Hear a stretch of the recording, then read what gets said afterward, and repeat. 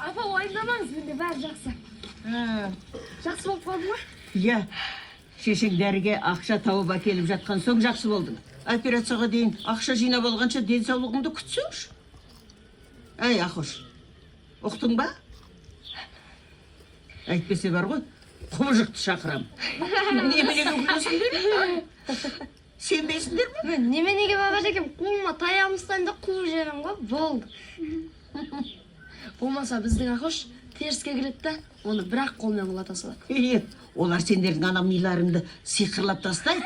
Содан кейін соның айтқанын қалай істегендеріңді өздерің білмей қаласыңдар. Әже, бұл жай ғана ертегі ғой, біз бұған сенбейміз. Амансыз папа. Көктұмадағы тағайдан келіп едік. Амансың ба, шырағым?